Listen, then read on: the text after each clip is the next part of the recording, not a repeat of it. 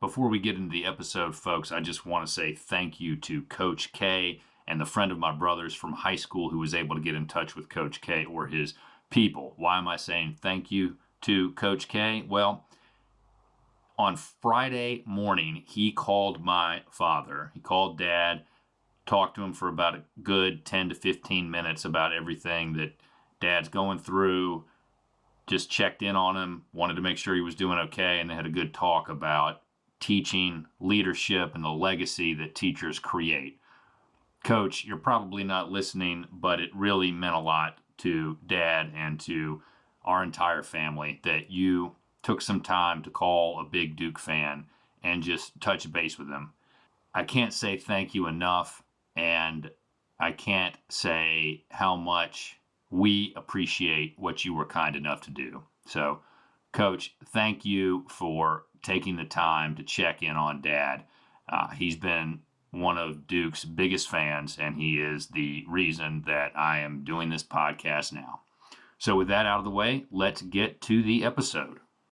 Welcome back, ladies and gentlemen, to another episode of the Duke Football Coverage Podcast, brought to you as always by Bull City Coordinators. Follow us on our website, bullcitycoordinators.com.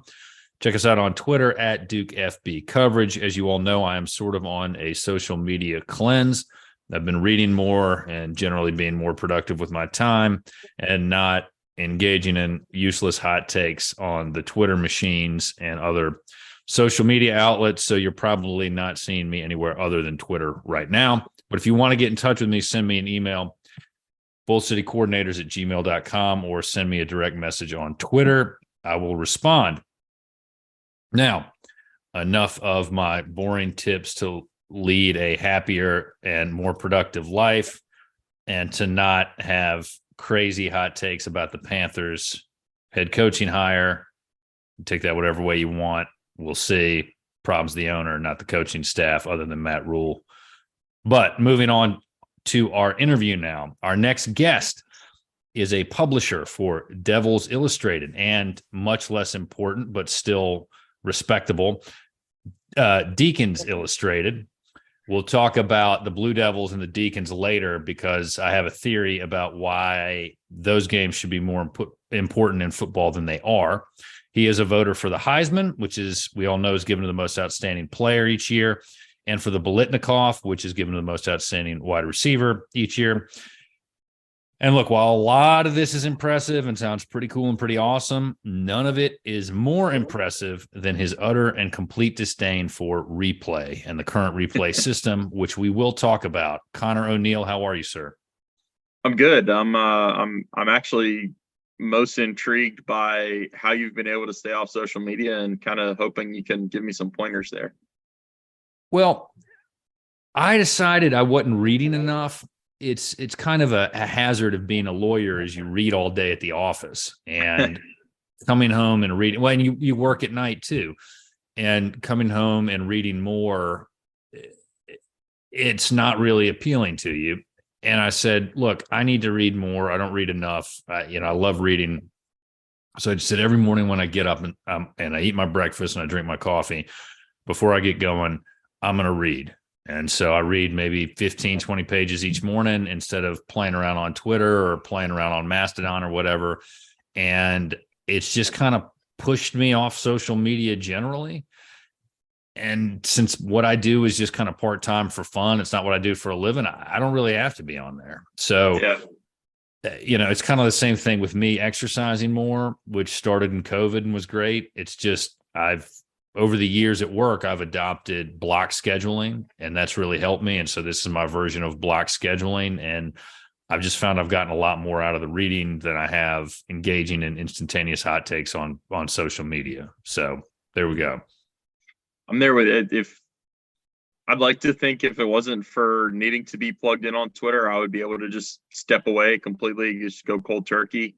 I don't know that I'm that independent enough. Like I think if I got laid off tomorrow, I'd still be on Twitter checking it. But I at least have the dream that if I didn't need it, I wouldn't be on it. Well, so I mean, I think of it as if I were like the Duke football talk guys or like you, where it's part of what I do for a living, I would be on there a lot. Yeah. But I realized I don't have to be, I don't need to be. So I'm gonna block some time out. And I think though you're in a little bit of a position, we can talk about that. People go looking to you for your takes on things, right? So you can probably afford to be a little bit more selective with when you're on there and when you decide to utilize social media, right? Yeah, there's times where something will happen and it's just kind of like, all right, like Monday night's loss at Virginia Tech for Duke's basketball team. Yeah. There's no point in engaging with all the doomsday talk of, oh God, we lost to a team that's 1-7 in the ACC. We're now on the wrong side of the bubble. Like, there's no point in arguing with people that you're not going to change their mind. And, social media, you're so rarely going to change anybody's mind in an argument. And even if you do wind up changing their mind, you're going to convince 10 other people that you're an idiot for having the opinion that you do. So that's a lot of times I find myself just kind of easing back, and I'd like to think I'm doing a little more of that, and as I get more experienced in the business. Well, not to talk too much about basketball, but the Virginia Tech game, the only thing about that really bothered me was you can't get the ball in at the end of the game. The free throw shooting, too, down the stretch was bad. Those are problematic. The Whitehead injury, it seems like Coach Scheyer didn't have an answer for it. But I'm going to go ahead and say this. I've said it off the record to some friends of mine. Tim, I think, has heard me say this, co-coordinator Tim. And I'll say it now. You can make an argument that's not factually wrong, that it's not like Scheyer inherited a great team this season, and that Krzyzewski did not leave the program in a great spot. I mean, obviously for brand name, recruiting draw, yes, great spot, no question about it. But it's not like he inherited a veteran-laden roster with guys who could make a deep run. So this is going to be a challenging year for Scheyer, and we've got to be real patient, because we've seen this before with Matt Hurt teams. We saw it with, even the Jabari Parker team that was just kind of all over the place. Mm-hmm. We've got to be patient. Yeah, that's a good point. I mean, now that you put it in those terms, he really didn't have much of a runway.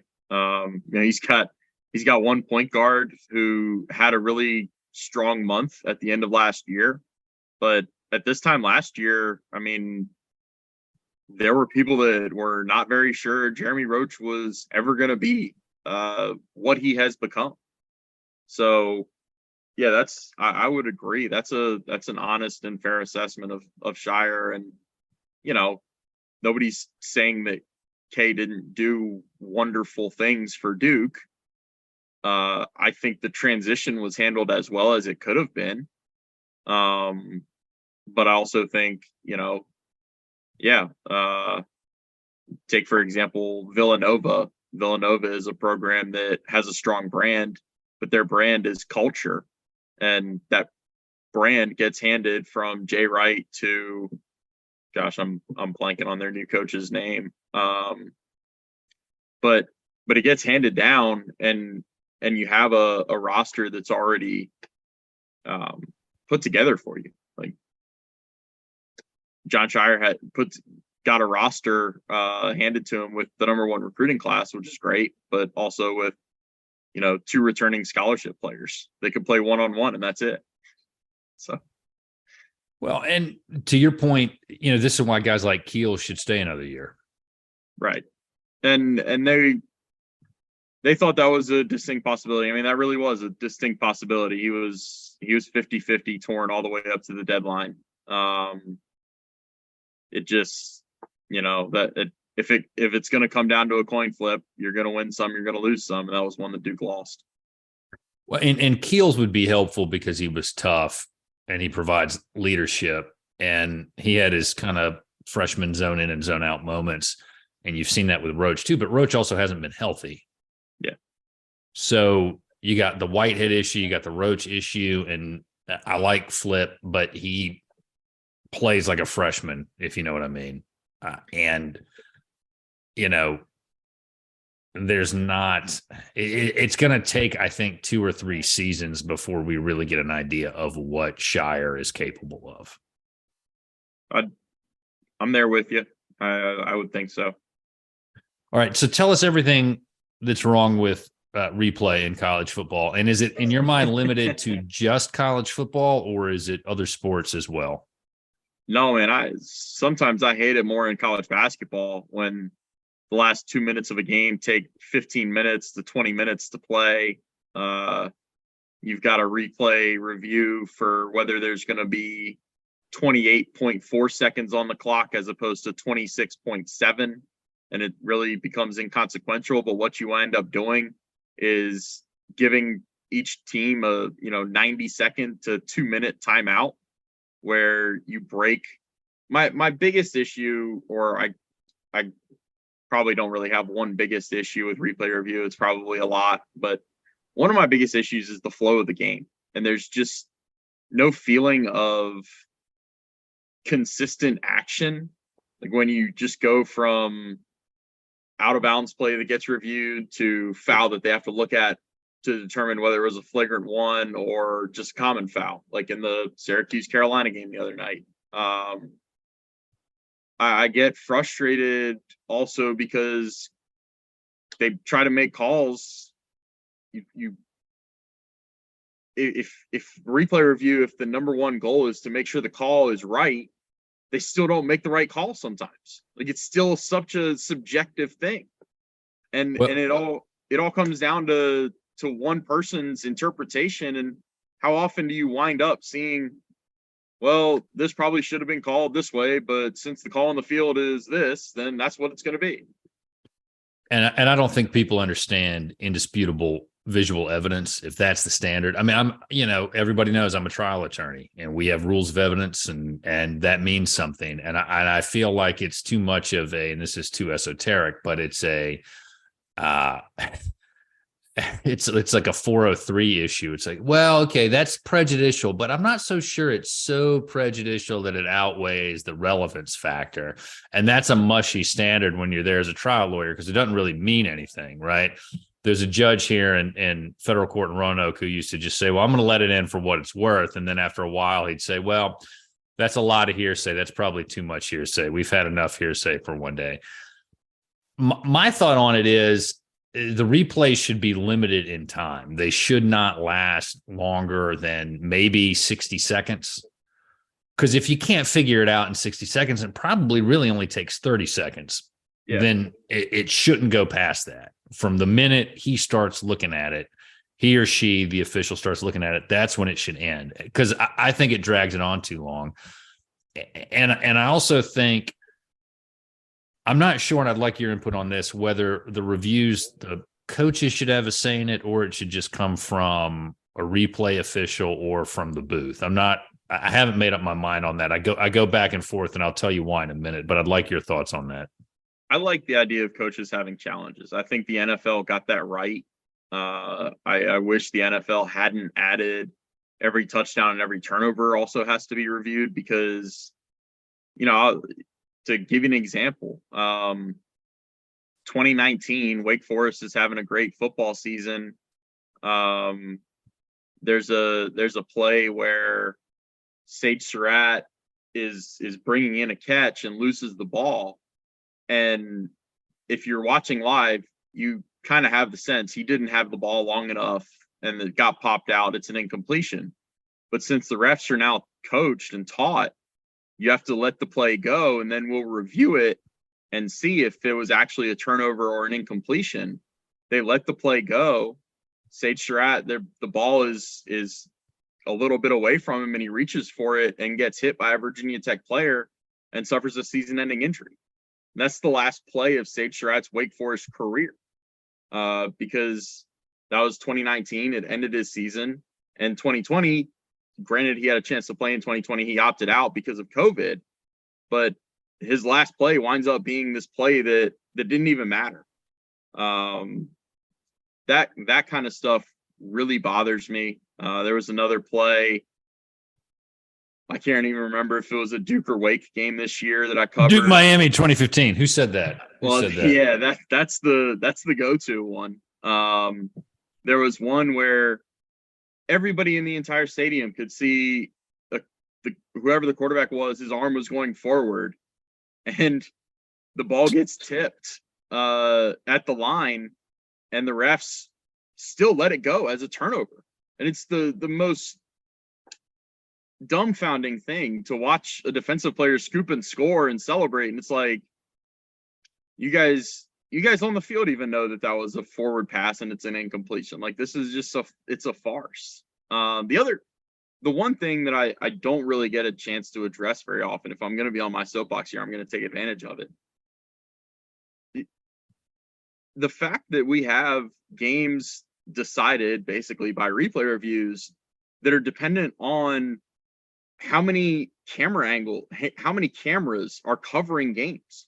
You have a different number of cameras for a Bally noon game than you do for the 8:00 ACC network game. Let's not bring Bally into this.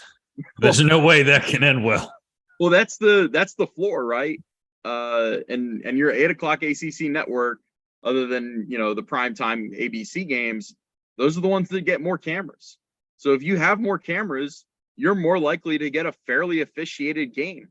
And if we're all talking about being fair and having a competitive balance, how is that competitively balanced to where your teams that are basically already being punished by having a quote unquote worse time slot and being in front of fewer highs, then don't have the benefit that games in the later slots do when they're on the bigger stages and platforms.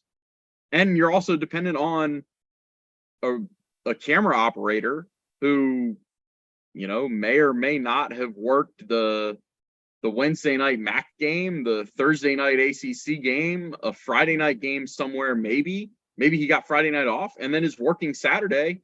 This is a sleep deprived person who, he might miss something. She might miss something. It's something that it all boils down to. It's not fair. It's not balanced. I think that's what has gotten lost in the shuffle, is everybody thinks, oh, we have replay review, everything is going to be correct. We're all going to have all these missed calls are no longer going to be missed. They're still missed. That's one of the things that drives me crazy about it. Well, to your point about the camera operator, you may have one who's working for a guy like Brent Musburger and is trying to find stuff that we would say is certainly creepy these days. Yeah. The other thing too is you mentioned not reviewing touchdowns or turnovers, and this gets into a philosophical issue that I don't know if we can really resolve, because even if you introduce replay on a limited scope, there's going to be a situation that crops up that doesn't get reviewed, that had it been reviewable would have solved the problem. And I know that from personal experience. My wife and I, we used to go to an NFL game every year for our anniversary. And we went to the Browns-Ravens game where they initially said that the Browns missed the field goal, I think. And then they, if I remember it correctly, then they said, oh no, they made it. And the Ravens had already gone into the locker room, right? The Ravens had gone into the locker room and said, game's over. And then they have to come out overtime. And of course they lose because, they had mentally, checked out and moved on to the next thing. Exactly. And you say, okay, well, if we review that, we can solve that problem, get it right. So boom. So it was cool to be at that moment of history. But I bring that up because that's like a drip, drip, drip. Once you have some review, you're eventually going to expand it out and you're going to review more and more stuff. And to your point, you're not getting everything right. And the rules aren't clear. I mean, I did a rules recap earlier in the 2022 season about the Duke Georgia Tech game on a call actually that was right and took away a Duke first down, if I remember correctly, that ended up resulting in a field goal. People were mad about it, but when you read the rules, that's the right call. But the point is, none of the fans are really going to read the rules for the most part. The commentators are not going to provide us with good commentary on what the rules are because they probably don't know. So it's not like we're going to have a really informed electorate, shall we say, about what the replay rules are. I think it creates too much problems. It's going to create too many problems. I'm just curious, how can we institute a limited in scope replay that doesn't destroy the game? I mean, you mentioned coaches' challenges. Talk to us about an ideal replay system in your mind. I think the time limit would have to be in place, and I think it'd be no more than, if you want to split the difference, 75 seconds, something like that. Cannot go to commercial during a replay review. Because not all of them would be 75 seconds. Sometimes, how many times have we seen in the last couple of months the expedited review where they have something overturned in less than 20 seconds because it was that egregious of a call. And I would say coaches get 3 challenges a game. So, coaches introduce a little strategy to them. They can be challenged. You'll probably have some that go whining and moaning into the future with it, but they'll either deal with it or they'll go to the NFL.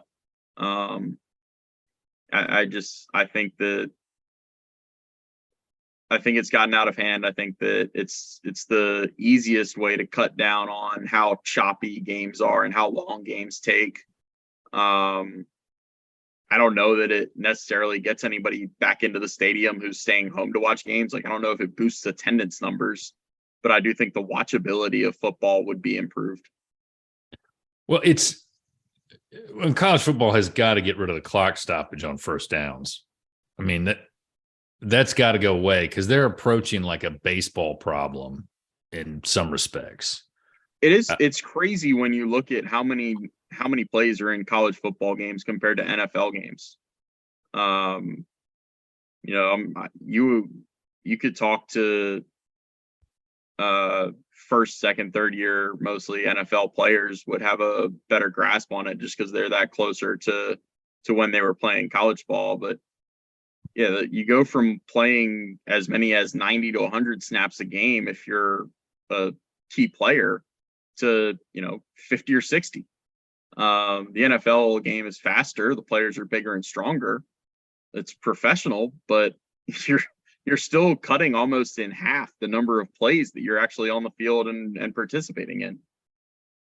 Well, and I think too, if we want to improve it, the overtime system has got to be overhauled. I mean, I might be the only one, but I really don't like the way we have college football overtime set up. I mean, you're starting at the 25, then you have to automatically go for 2, and you end up with scores that are not really reflective of the game that preceded it. And I call me crazy, but I do think that what the NFL is 10 minutes long, right?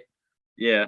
I think that's a way to do it. And you give them another quarter, and unless it's a bowl game, if it ends in a tie, it ends in a tie. I mean, I don't think that the idea of just inevitable Eli Manning, Ole Miss 7 overtime games just is. I mean, it seems cool, but really, it doesn't make a whole lot of sense. But that's my thought on it. Yeah, to me, overtime in football, college or pros, is one of those things. I think the pros has kind of shown us there's no one right way to do it. Like, there's always going to be a flaw in the system. You just have to kind of work around it and understand what it's going to be. The NFL put that, I think it's new this year, right? Where if one team goes down and scores a touchdown, the other team gets to get the ball. It's like, that's in place just because of one game last year where the Bills felt like they lost a coin toss and lost the game. Well, they could have played defense. So that's my thing is you're never going to please everybody with overtime rules. I think college works for college. I think the NFL works for the NFL. Which one of these teams played? Yeah, Duke played an overtime game against Georgia Tech. Wake played an overtime game against. I'm reminding myself of the overtime games that I actually covered this year up on the little schedules I've got written on my desk here. But yeah, I think overtime it could be improved, but it's not. It would, if I'm college football czar for a day, it's not on my priority list. Well, I have been repeatedly referred to as a grumpy old man. I still wish that the ACC would go back to its old, smaller regional conference mindset, especially in basketball, where everybody played everybody. I just thought you knew how good of a team you were if you played everybody twice. But anyway, let's switch gears a little bit. You mentioned covering games this year. Tell us how you ended up working for Devils and Deacons Illustrated and how long you've been doing that for. So I'm about a year and a half in to the man of two countries type of coverage here. So I worked at the Winston-Salem Journal covering Wake Forest from 2017 to the first week of the football season in 2020. It was funny because I went through the entire pandemic that spring and summer just feeling like, all right, get me to football season and then I'll have some job security. And I covered one game of that football season and got a call on a Wednesday morning that said, all right, you're laid off.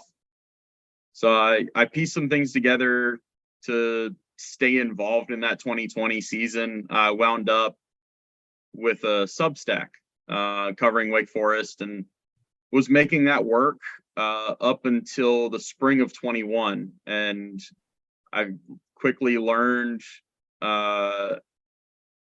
football had ended, spring practices had ended. We didn't have access anyway, so that's kind of inconsequential. Basketball ended, and I was trying to do some things with baseball as much as I could, but the subscriptions were kind of drying up. And I knew I needed to do something else, or I was only going to be making a couple $100 a month in the summer when that wasn't really going to sustain me. And a job with Rivals just happened to pop up. And I was fortunate to be able to take over the Wake site. The transition with the Duke site did not go well. It was an unfortunate circumstance that the guy who handled it with Rivals is not even with the company anymore. Not to rehash all the details, it was just the transition could have been handled a lot better, and it's never sat well with me the way it went down. But it's in the past now. I think everybody in that situation has moved on. But I wound up having to take both because the subscriptions for either were not going to be enough to just do one or the other. It was always going to have to be both, at least from the start. And so that's what I've been trying to do, build up both. I would like to get some help. It's still not quite in the cards for me to add somebody. But I'd like to think I'm making it work. Today, for example, was an interesting day. Like I did a Scheyer press conference, and then I wrote a Wake football story and a Duke football story, and then trying to put in work on a Wake basketball preview for their big game on Saturday against NC State. So it's the days when I'm on all four teams that really start to bog me down, and the names start swimming in my head, like Justice Ellison, Wake's running back. I'll start having him in the Duke backcourt, and I'll start putting Derek Whitehead at wide receiver for the Deeks, stuff like that. John Elko coaches one of the teams for Duke. Yeah, right. But yeah, it keeps me busy, and going through 2020, going through getting laid off and trying to make things work, I don't have much room to complain about things that keep me busy. I've had this conversation with Steve Weissman when he was on, and to some extent with Lauren Brownlow when she was on, not to preview maybe where I might be headed with this podcast ultimately, but it seems like you guys are in a tough market because the the media market, the local media market in particular, is going through ecosystem after ecosystem right before our eyes. It's very, very interesting to watch it evolve. I'm limited in what I can say about this, but I worked on a case that was of great significance to the area where I practice law. And all the local media outlets really, really dropped the ball on it, I felt like, except for a guy who was independent, ran his own thing in the town where it happened. And he was the only one who uncovered what was going on. I can't say too much about it because I'm sort of subject to a probably not enforceable confidentiality clause. But this is one of the hardest things about being a plaintiff's lawyer. But there's a lot you can't talk about. But the reason that happened is because the local media markets and economic system is always in flux. And I feel like there's a lot of pressure put on you guys that makes your job a lot harder. And I wonder if you have any thoughts on that or commentary on that. Yeah, I mean, it's, I knew what I signed up for. It still is.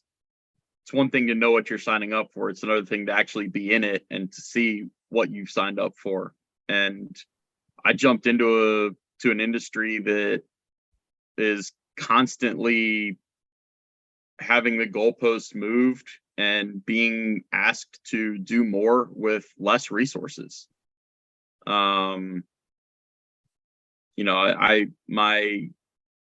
My second job out of college was with the Burlington Times News, and I joined that staff. We had 2 reporters and an editor in sports, and that was 2012. 10 years prior, their staff was, I think, around 2 or 3 times more. They had multiple high school reporters, multiple college reporters, an editor, an assistant editor. When I joined up, it was one guy that covered Elon and also covered some college stuff. I covered high schools and also did some college stuff. And then my editor, who was pretty crazy with his schedule, would cover everything. So that was my baptism by fire of just like, there used to be so much more of an emphasis. There used to be, newspapers. I don't know if they were ever swimming in cash, but they certainly had a lot more cash pre-internet, pre-computer. Like, newspapers were people's number one source of news. And that's just, it's fallen off a cliff, and COVID accelerated it. Like, eventually we were headed in this direction, but 2020 greased the wheels and seemed to really accelerate the pace. That's, I could say that's frustrating. I mean, it's not like anybody had any control over that. So I don't know how frustration is not going to get you anywhere with it. It's just something that kind of have to deal with. It's not lost on me. I mean, I did about 9 years in newspapers. I've had more job security in a year and a half with rivals, and I'm a contracted employee. I very early in my career kind of came to grips with the fact that, hey, I can be laid off tomorrow. There's nothing I can do about it. So I'll just continue to put my head down and work and grind. And it worked for me up until September 16th, 2020. Yeah. And, the amount of corruption that local governments are going to get away with the lack of local reporting. And it's not, and here's the thing, it's not like every reporter is like an H.L. Mencken or everything, or a Bob Woodward, but you have a job to do, and everybody wants to be a criminal. They don't necessarily want to commit a crime. And those of you who might understand what I'm saying by that get the point. You don't have to be necessarily a great reporter to uncover a lot of the corruption that goes on in local government. You just have to be there, right? Yeah, you just have to be there and ask questions. And I'm not trying to be derogatory to what you do. I'm just making a point that without that check, without just a body there, in some instances, a lot of stuff's going to get missed for a long time. It's going to go on for a while. And there's got to be a way to make that work. Now, I know we're way, way far afield from what this podcast is supposed to be about, but I'm enjoying this discussion. I do think it's a loss. And when you lose out on the ability to cover important events locally, you lose a sense of community, one. And two, you lose trusted factual information sources, which is important for reasons that go way beyond the scope of this podcast, but everybody can get what I'm talking about. And I quoted John Adams once in a brief about facts being stubborn things. That's important. And losing out on that can be a big problem. I hope there's a way for everybody who's listening to do something to subscribe to local reporters. In Roanoke, there's an organization, a news organization called the Roanoke Rambler, which wrote 2 outstanding articles about a case that I had tried, and we didn't win, but the quality of reporting on it was some of the best legal reporting I have ever read in my life. And legal reporting is notoriously terrible. And I can go over that for a long time, but it was excellent. And I subscribed for a year-long membership to that because of how good that reporting was. So, guys, if there's something out there that's local, that's good, that you can find the money to support it, because it is important. And since I subscribe to it, I've learned a lot more about what's going on in the community. That's what I want to say about that. Now, since you work for Duke and Wake Illustrated, I want to ask you about my thought. Well, I want to get your thoughts on this. Look, the Duke-UNC rivalry is a big deal, but you would agree with me that the state rivalry is bigger to UNC than the Duke rivalry is to UNC, at least I think. Absolutely. And the last, would you say 15 years really kind of drive that home. I mean, if it was ever on equal ground, as good as Duke was in the mid to early 2010s, that's really separated with how good State and Carolina and their close games have been over the last 5 years. Well, and here's why I bring it up. I think that Duke and Wake are a more natural football rivalry. Mm-hmm. And I'd like to get your thoughts on how maybe that rivalry could become more important, because I've been thinking about that a lot over the last couple of months. And I think that would be great if that were a bigger rivalry. I would agree. I guess you're never gonna just be able to tell one fan base and the other fan base, all right, you guys have to hate each other now. Like, it all has to come organically. What you can do if you're the ACC in this instance is, okay, if State and Carolina are going to play each other every year on the last week of the regular season, Duke and Wake play each other every year on the last week of the regular season. No more. I know I've covered a Wake season where they've ended it up at Syracuse. Duke last year ended with Miami, right? Well, Duke ended in 2022. It was against Wake. I don't remember the year before because, you're right. It was Miami because I was at that game. Yeah. I'm sorry, Tia. I know you're listening. I made you come to it. I apologize. But yeah, I mean, just make that a permanent rivalry for the last week of the regular season, and then you might have to have some patience, but eventually you'll get a good run in there as long as both programs are on an upward trajectory of it really mattering. Like, one of them will be playing with a trip to Charlotte on the line, and if the other one scores the upset, then that'll stoke the flames. If one of them is having a terrible year, but somehow ruins the other one's season by winning that last game, then that'll stoke some flames. So these things are never going to happen overnight. They're never going to be just, all right, boom, you're rivals now. Like that's a running joke in the Wake community when they added Boston College to the ACC, and the ACC kind of tried to make Wake Forest Boston College a rivalry. Now that's the origin of this hashtag on Twitter called it's literally hashtag the rivalry, because of how ridiculous it is to try to make Wake Forest and BC people hate each other. I mean, they're probably two of the most neutral, and to borrow the Mark Packerism, they're both the Swiss. They're both so neutral, and nobody really gets fired up to root against them if they're not playing their team. So, and us old guys love BC because they're New Balance sponsored, right? We all us old dads, we want to break out the white New Balance and cut grass in them, right? Turn them green. That's us. I got a year of eligibility left. And the coach at basketball, he was at CFC. I'm a CFC guy. Boom. Let's make it happen. Yeah.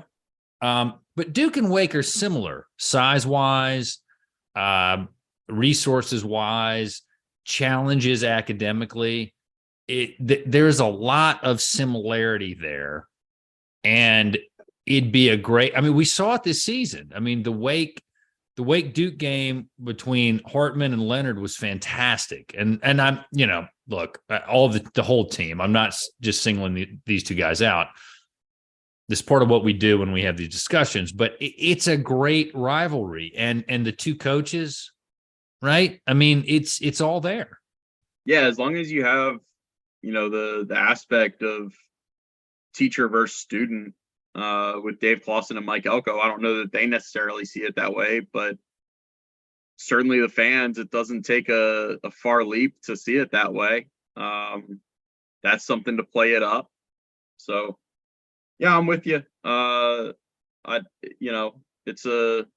It's a natural rivalry. They're in-state schools.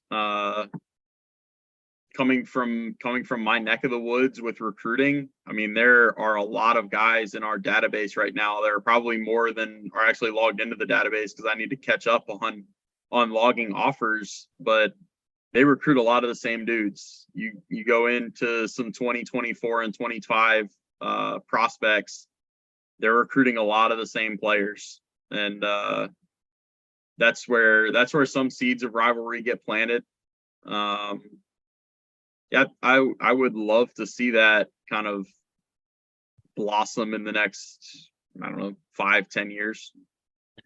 And part of what makes it challenging is you're playing right around and right after Thanksgiving, which I've always wanted to go down and see more of the Duke Wake games, because I like the Wake Stadium. It's easy to get to from where I am. It's easy to park at.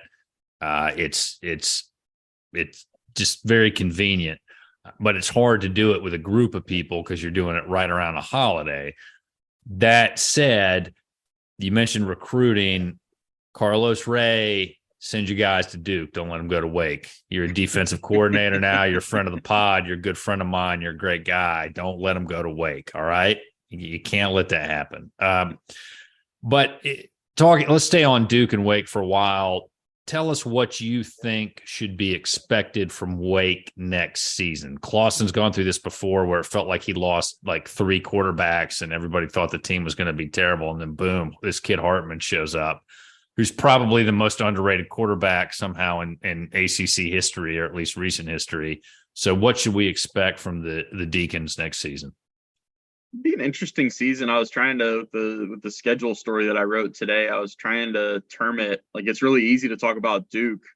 They're trying to build off of Elko's year one. They're trying to continue to ascend in the ACC hierarchy. Not repeat Fred Goldsmith, right? Yeah. With Wake, it's like they had this 8-5 season. They won a bowl game against an SEC team. It was a bad SEC team, but it's still an SEC team. As last I checked, Missouri hadn't been kicked out of that league yet. Dave Clawson's trying to convince anybody that will listen that it was a successful season. And, he's well within his right to do that. They won 8 games, but they also lost 4 of their last 5 to end the regular season. They went from being tied with USC for number 10 in the country after 7 games to just looking abysmal in 4 of the last 5 games. And that's an oversimplification. Like they didn't lose all those games by 50. They were in them. They just lost some 1-score games. They had a disaster of a game at Louisville, but that's neither here nor there. So it's kind of it's a strange feeling for me. The last time they were coming off a similar season, they were 8-5 in 2019 and started really hot and lost 4 of their last 5, which includes the bowl. And they were kind of gearing up in 2020, and then COVID hit. So you really didn't get to see them put this, all the motivation of how they didn't finish the previous season into that 2020 season, because 2020 became more about survival and getting through it than it was ever about let's win games, let's prove ourselves on the field. Like Dave Clawson's told us, he just wanted to get to games that year. Every time they kicked off was a victory in his mind. So their offense is going to be good on some level, as long as they have the infrastructure that they do. I'm pretty convinced in that. Quarterback is a really interesting position. Like, not many people knew about Mitch Griffiths. He started their opener and looked really good, but it was an opener against an FCS. So you want to take that with a grain of salt. I think he's going to be a really good quarterback. He's actually, he's older than Riley Leonard. You wouldn't think that, but Riley's going to be a 3rd-year player. Mitch Griffiths is going to be a 4th-year player next year. He's just only started 1 game because he's been behind Sam Hartman. It's new and kind of untested territory for Wake to turn the reins over to such an experienced quarterback. Dave Clawson went to true freshman John Wolford to start his tenure at Wake. The year after John left, Sam was a true freshman starter. 2/3 of the way through that year, Sam suffered a season-ending injury. They went to Jamie Newman, who was a 3rd-year player who was kind of experienced, but not much. And then they've had Sam since, Jamie for a year as a 4th-year player, and then Sam as a 3rd, 4th, and 5th-year player. So them turning to such an experienced guy who's been in the system, who's now going to be a QB1 for the first time, if you throw out the last 2 weeks of fall camp and the opener of this past season, that intrigues me. But there's so much else that their defense has to prove that they can improve under Brad Lambert in year 2 under Brad Lambert. I'm kind of the mind that as long as Wake runs this high tempo offense that wants to get 80 to 90 plays a game, they're always going to have a lower ceiling on defense than if they were to go to a slower paced offense. But yeah, it's a weird season. Like, to put it bluntly, it's kind of a weird season to approach for Wake. Well, your point about the quarterback being experienced, I think it'd be good for the ACC if we don't have a repeat of what Duke saw in 2019, which is not a criticism of Quentin Harris. That is not a knock on Q at all. That's a knock on what was going on with the team that became more apparent in 2020 and 2021 on the coaching staff level. But your comment about slowing down the offense, look how well it worked for the Blue Devils this year, which is stuff that guys like me and some other folks have been screaming about for years. You can go no huddle and you still get to the line quickly. Just take some time to snap the ball. And the defense for the Blue Devils looked a lot fresher this season because Coach Johns is really good at finding ways to run the ball and calm everybody down, but still attack all parts of the field. right?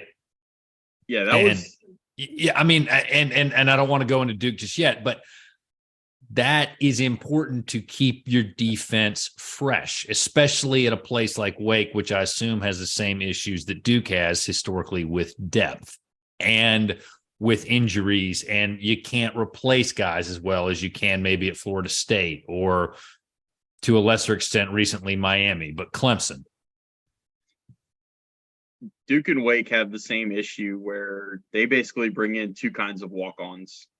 They bring in a walk-on from a high school that looks like a law firm from the New England area. And that's where you get your, 5'6", 150-pound defensive back. And then they bring in the walk-on that is told he can come in for 2 or 3 years and be on scout team, and then he's going to have a chance to earn a scholarship.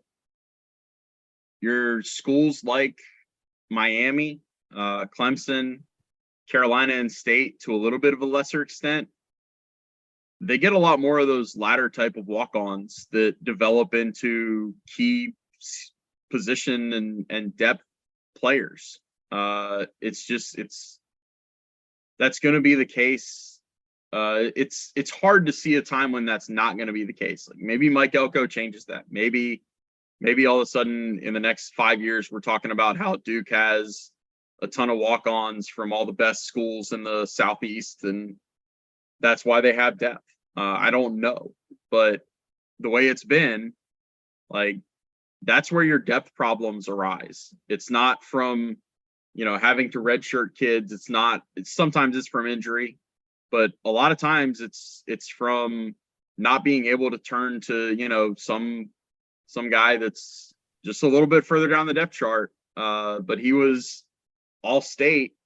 He played in a winning program. He knows what it takes to play at the next level. He just, one reason or another, chose to come to your school instead of go take a FBS G5 offer or an FCS or a D2 offer. That's where I see, you're talking about they have some of the same challenges. Like that's one of the main ones I see. Well, and speaking of challenges, if my research was correct, and I'm looking at it online right now, Wake has a tough schedule next year. Vanderbilt looked a lot better than it had this past season, so that could be tough, but it's at Wake, which is good. But look at they play Old Dominion on the road, which those of us who know about the 757 know that could be a tough game. Then you got the Irish, then you got Clemson. I'm not too worried about Syracuse this coming season, but then you got Florida State. Shout out to my law partner, Devin, Florida State alum. Then you got the Wolfpack. Then you got the Blue Devils. And then Virginia Tech could be interesting because they started to look better as the season went on, which I think is a good sign for them.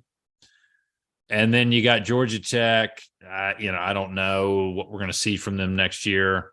It's a little unclear, which I'm not criticizing Coach Key or anything like that. I can't remember if his name is Brent or Brett. I apologize. It's two Brents. Two Brents. Okay. Yeah.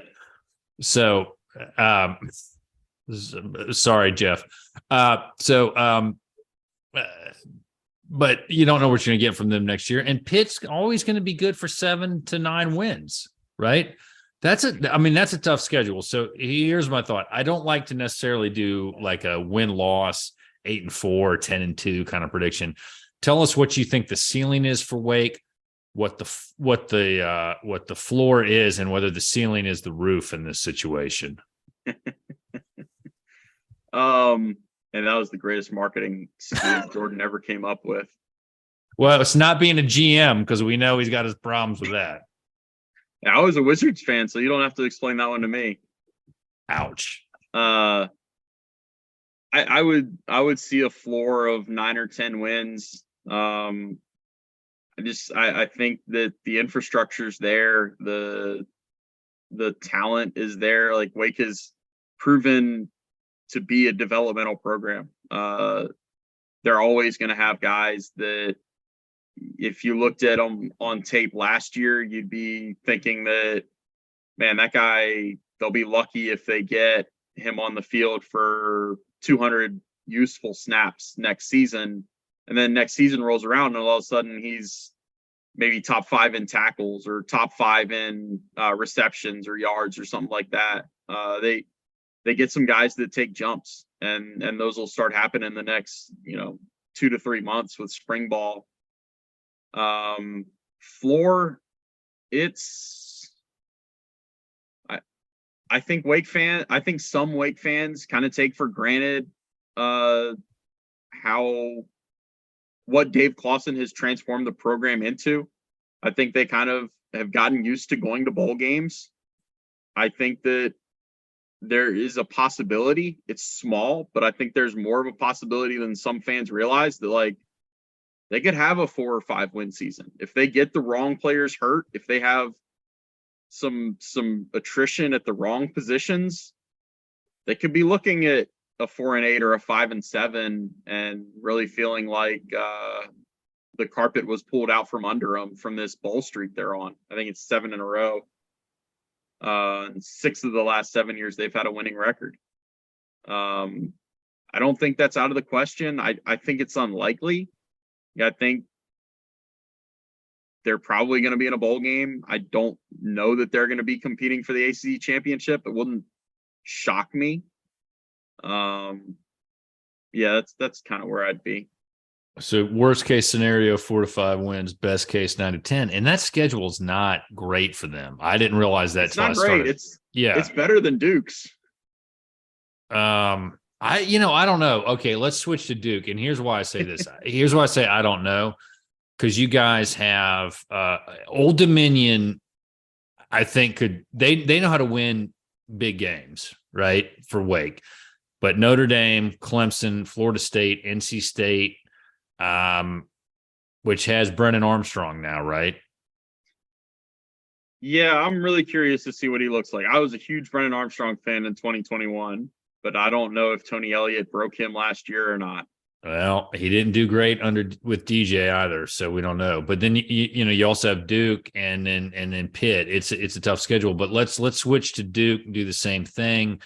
Let's give us a ceiling and a floor, but let's go through who the Blue Devils have that you look at and you say, gosh, that's tough. Notre Dame, Clemson, Pitt. I mean, look, we're just not allowed to beat Pitt. I'll go ahead and say it. Someone's cursed us. Someone put a hex on us.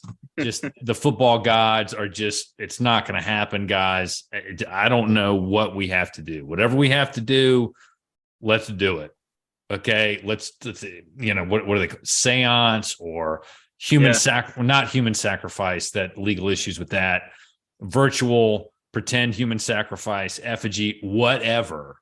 Okay, let's bring back the old gods if we have to. Josh Cox, that's not I'm not dogging what you do for a living here, but I mean anything. We will turn to anything to beat Pitt at this point. Okay, sidetracked.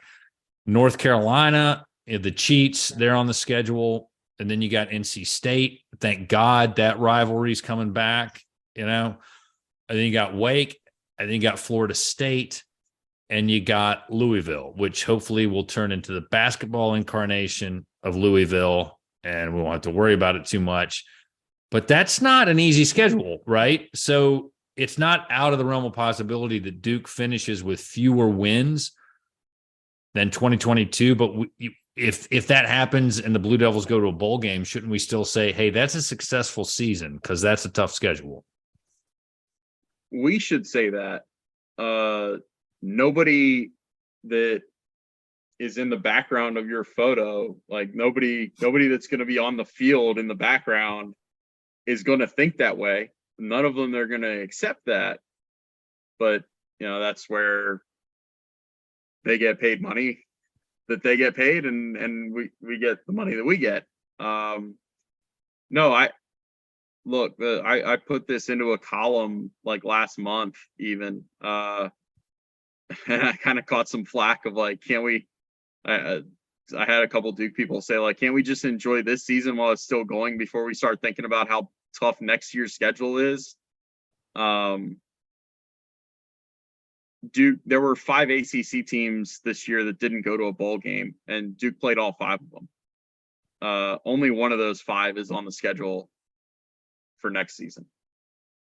Now, I think Miami is going to be better under Cristobal. Like, I think Cristobal with the Radakovic in there as the AD, I think it's only a matter of time before they're back competing for at least ACC championships. I'm not a believer in either of the Virginia coaches, Brent Pry or Tony Elliott. I think that both of them showed last year they were in way over their heads. Someone's been listening to what I've said repeatedly. He's doing his best Carl Franks in Charlottesville. Yeah, the positive of this is if you're going to play one of the 5 that didn't go to a bowl last year, I think that's the one you want to play. But yeah, otherwise, like, Duke jumps into the deep end here. They have to play Clemson. They have to play Florida State was on there too, right?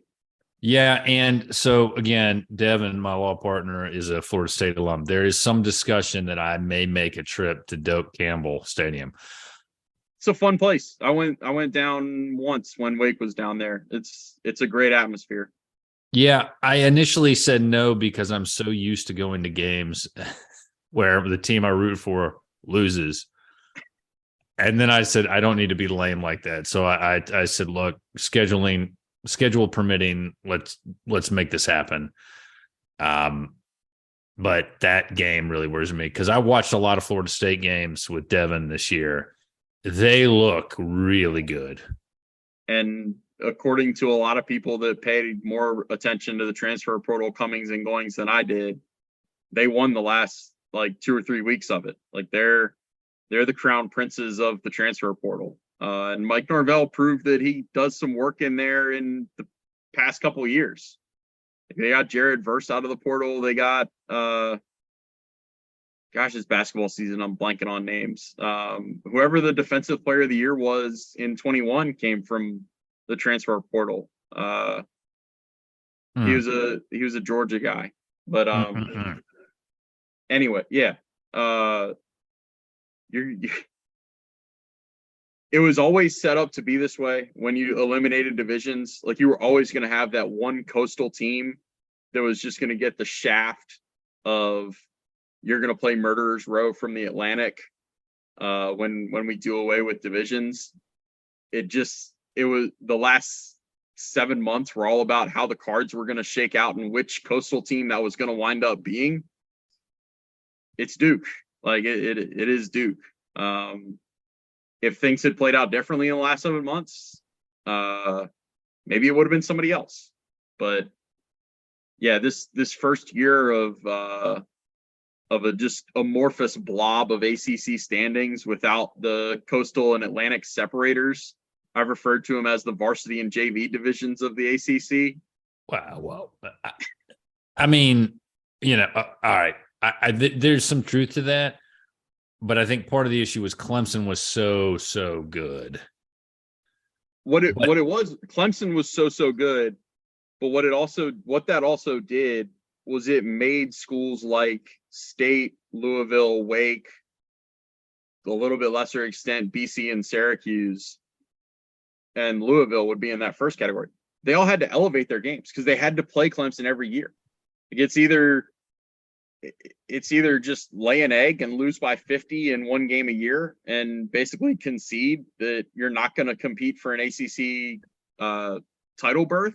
Well, or throw resources at your football program and try to build it up to be able to compete with them. But I do think it was harder to win the Coastal than people realized. It was. I'm not going to dispute that. Like that, any given team on any given week, there's a degree of difficulty with that. But there's also one where, for so many years, even the teams in the Atlantic, when they were playing an Atlantic team that wasn't Clemson, their margin for error was 0. Like you were going to have to win every one of your games and then beat Clemson to be able to go to the ACC championship game. Because how much egg would it look like you have on your face if you wind up being able to do what Wake did in 21, which is lose to Clemson and still make the ACC championship game? Right, because the NC State or the Carolina game didn't count. Yeah. which I really wish Spurrier was in the ACC for that, because the quote gold mine that would have generated. But turning back to the Blue Devils, here are kind of my thoughts on what's happened so far. Is Elko has pushed all the right buttons. I mean, Coach Elko has pushed all the right buttons except for the defensive coordinator. He's kept his staff together. I don't think, and I'm not knocking Coach Smith, but I think because Elko's a defensive guy, we'll still have continuity. He's kept his staff together. The players just love the guy. They love the strength and training program. They're all in on that. And they want to come out and win and show they can compete. But this schedule is a tough schedule. And I think we should all say, nobody is satisfied with a 6-6 or 7-5 record after you just won 9 games. I get that, but this is a tough one. I mean, this is a tough schedule. You got to play again. Notre Dame, Clemson, Pitt, and Josh Cox. You have an in with the Lord, so pull some strings, man.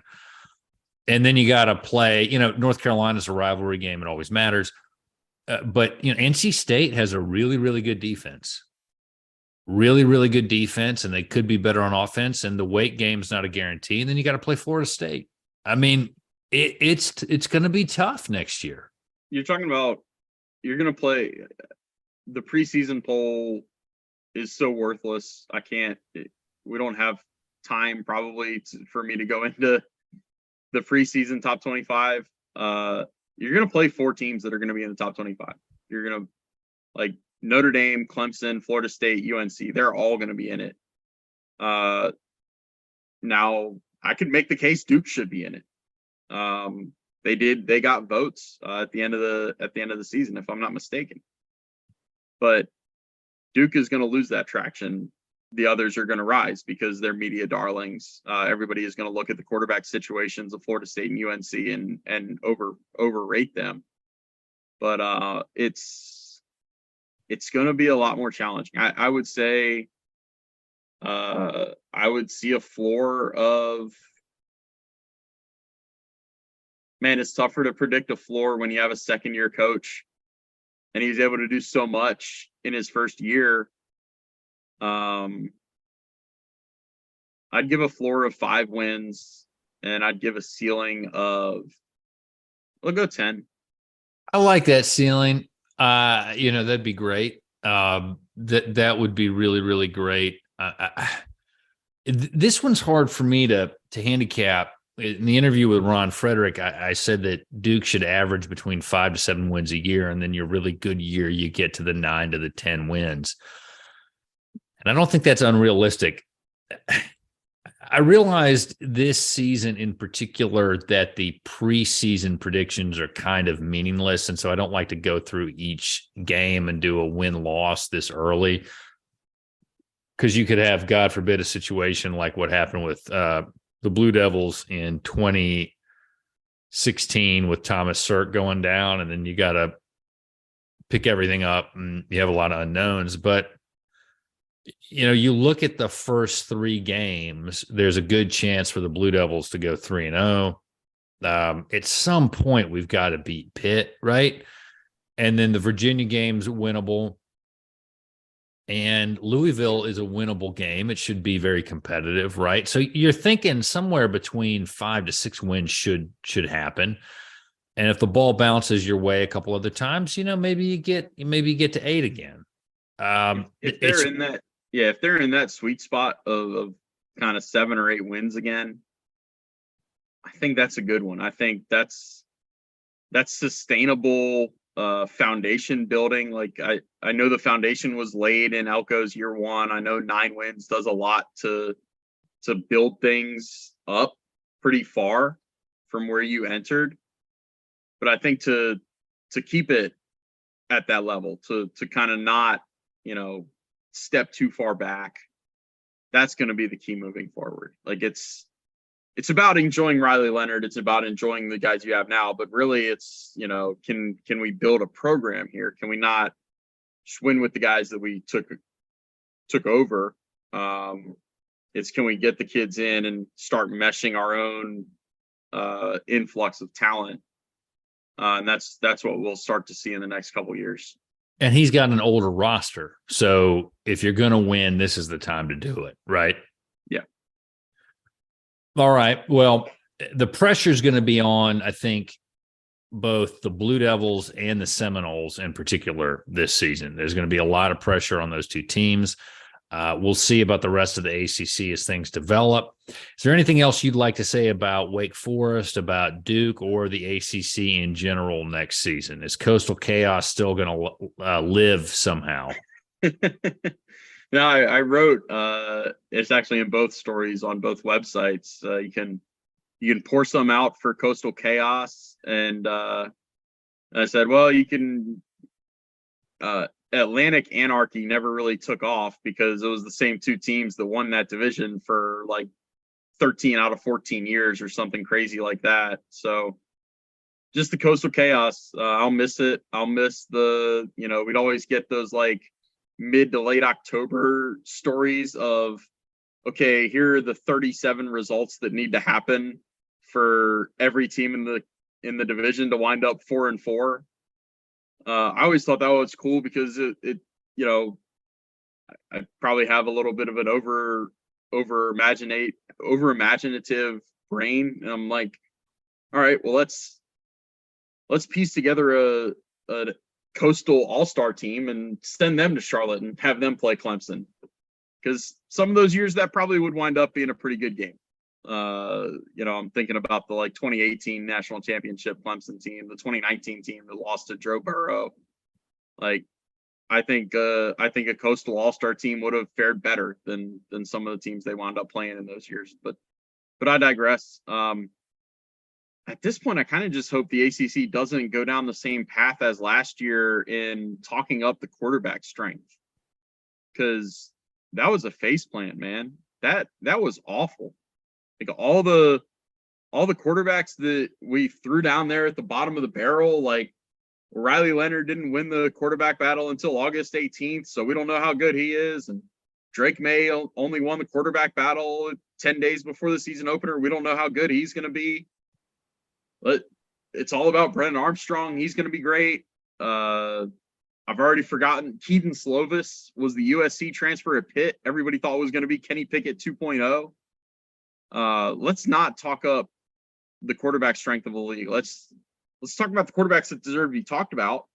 Like there's a big three in my opinion. There's Drake May, Jordan Travis, and Riley Leonard. Who's the first guy? I never heard of him.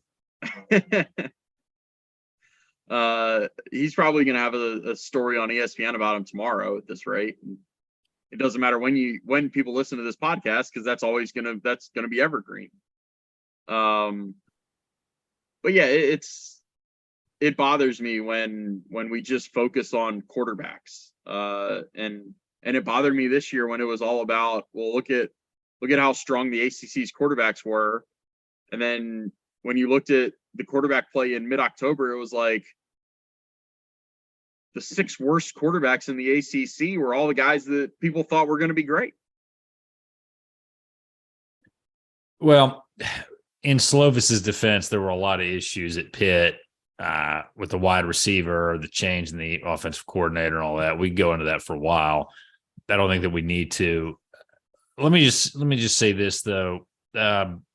You mentioned a 2018 Coastal All-Star team. I would just like to remind everybody that year Duke beat Clemson if you stop the game after the first quarter. So let's never forget that glorious moment in ACC history when Duke beat Clemson. That's the way I remember it. That's the way that it happened. I would, if you have like one of those to spend in Duke football history, it's got to be the 2013 ACC championship game.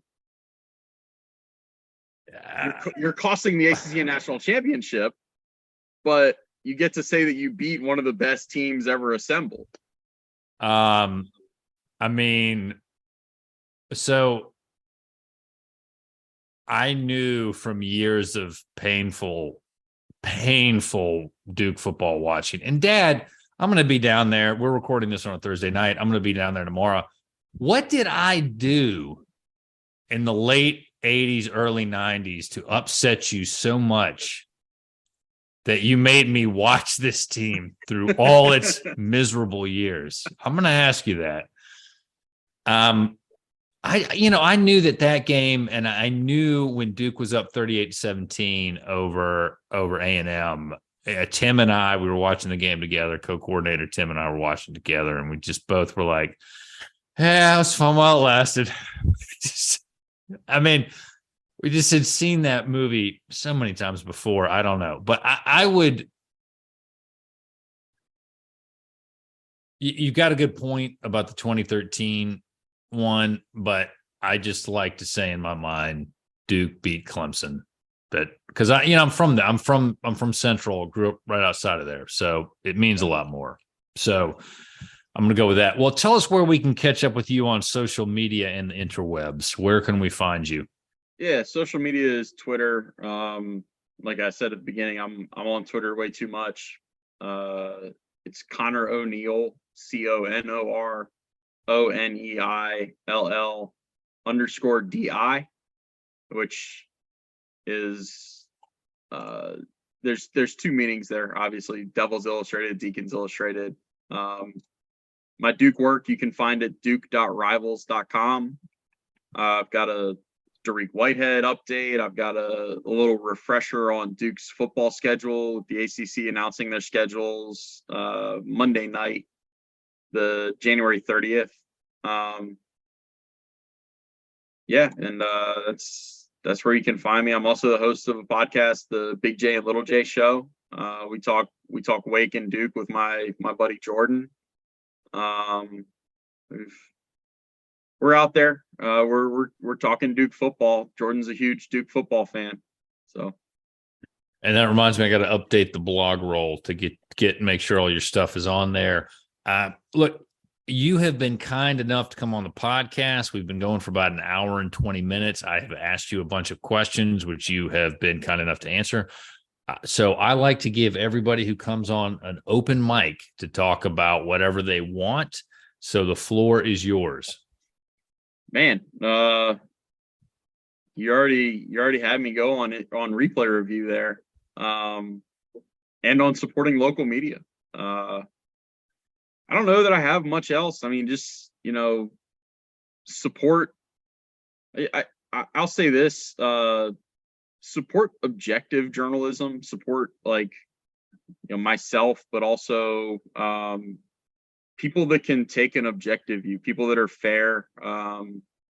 That's a big thing to me. Like I don't begrudge people that are emotionally invested, but I also think that there's value in being able to take a critical view of things. That's kind of where I come from. That's, I was talking to somebody in the parking lot after the basketball press conference today. Matt Giles with Sports Illustrated, covers Duke. We were talking, and it's like, I've lived in North Carolina for so long. I get people that ask me, like, who's your team? I don't have a team. Well, who'd you grow up rooting for? I grew up rooting for Maryland, but I really haven't cared about a Maryland sporting event for over a decade now. Them leaving the ACC was kind of the final straw, which allowed me to cut the cord. So, I like Duke as much as I like Wake, as much as I like State and Carolina. It's all the same to me, and I think that helps me in my coverage. I think that allows me to kind of be a voice of reason sometimes when everybody's losing their mind about Carolina shooting more free throws than everybody else. And I will give you, I'll level with you when you want to talk about how bad of a ref. TV Teddy is a terrible ref. Brian O'Connell is a terrible ref. Jerry Magalanes is the one that I'm thinking of. That's the 2015 Miami referee who finally was allowed to come back to Duke and do a football game this year. How did we let that happen? What? Why Yeah, did we let that occur? That should not have occurred. He should be permanently banned for idiocy. I've been wondering why he's still employed by the ACC, and I've not gotten a good answer. He should not be able to work for the league, but he has been able to. Not just the league, anywhere in officiating. I mean, how did that happen? His knee, the guy's knee was down, and that goes to the one. And you know, look, I feel like I can talk about this as more of authority than most because of the number of guys who were on that team and right around that era that I've interviewed and talked to. That just destroyed the whole season. Yep. I mean, absolutely destroyed the whole season. And the team was never right after that.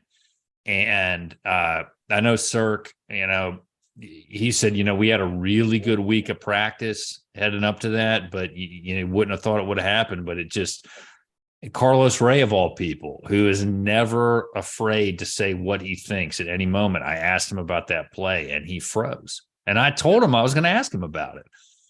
And it cost Duke bowl, you know, order, the bowl hierarchy of where they could have gone. You know, it's one less win that Cutcliffe has on his record. And I mean, that was so egregious because it was so obvious and the views were all there. And guys are saying, well, we saw it. I mean, we saw his knee was down. We stopped chasing after everybody. And then we're like, well, wait, why isn't the play call? What's going on here? You know, Coach Latina said the refs, in his opinion, were afraid they weren't going to be able to get out of the stadium alive. That play alone's your example of what's wrong with replay. It's like the 3 Mile Island of replay officiating. Yep. Okay. I didn't mean to set you off one more time there. I'll never get over that.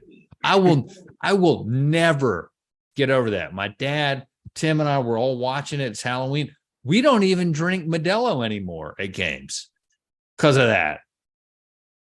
I mean, we banned it for years before we brought it back, and I still don't buy it for football games. Was it from community, Britta, you're the worst? That's what I feel like right now. Yeah. I mean, yep.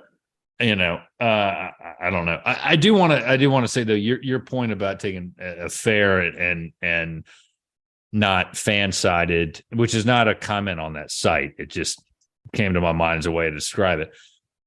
You don't want to be fan biased and hot take Colin Cowherd, you know, undisputed style. I think there is a room to have intelligent discussions about things and just say, okay, what are we seeing? And let's take the basketball team, for example. Scheyer is doing a lot to try different defenses, and he throws out some of those junk defenses for a while to try something different. And I do think we should talk about that and say, look, it's not like he's just throwing up his hands and sitting down and giving up, right? Let's honestly have a fair assessment, which is why I didn't want to do give me a win-loss projection for each game for these teams. Yep. I think we have to have a little bit more of a flexible, fluid viewpoint at this early in the season. And we need to sit back and think rationally about things. Yeah. And I think there would be a lot more of that if it wasn't for social media, but everybody's just in such a rush to get their opinion out there first. And then to wind up being right about it. Like, and nobody ever goes back to their opinions. Like a hot take is only a hot take for as long as until your next hot take. But yeah, it's beneficial to sit back and kind of digest things and then evaluate, give some level-headed criticism and thoughts on. Well, Colin, this has been a lot of fun, and I really enjoyed it. It was a great talk. I will get it up and posted as soon as I can. Thank you for taking the time. Again, folks, we have some other interviews planned. I've got to send out some Zoom links. Y'all know I got a lot going on. Haven't disclosed this yet because you can't really complain about this in life, but I do want to go ahead and put this on the podcast. I have been very blessed. I have 2 grandparents who are still with me. I'm 41 years old. They're in their 90s. And grandma is not been doing so well lately. So I've been going down to Greensboro to spend some time with him. And you all have seen me tweet out about how I've been recording conversations with my grandfather. And I've learned a lot about our family history. So I've not been focusing as much on the podcast as I should, because I've been doing these other things. But it's been really good for me, and it's been really good for my grandfather, who's enjoyed me coming down there. And I just want to say to everybody, if you got family members who are a little bit older, take some time, find a weekend, be with them. It'll mean a lot. Time is one of the commodities we can never get back, and it's very, very precious. And Dad, I will see you soon, and I look forward to spending another weekend with you. Go Blue Devils. Let's get another win in basketball. You know where to follow us on Twitter, at Duke FB Coverage. Our DMs are open. Send us an email, bullcitycoordinators@gmail.com. And as always, go Duke.